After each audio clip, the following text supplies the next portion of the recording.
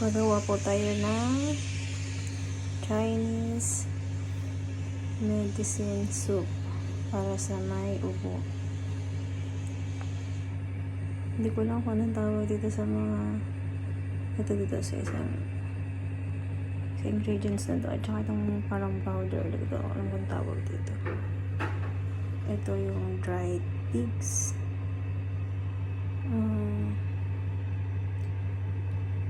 balad ng ng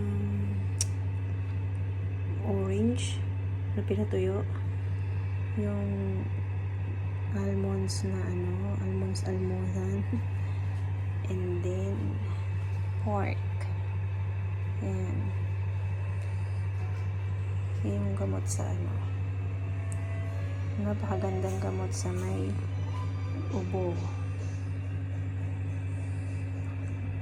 Lagay mo lang siya sa may 12 cup ng baso ng tubig. Pakuluan mo siya ng 1 oras at kalahati hanggang 2 oras. Katapos noon yun, pwede na siyang painom.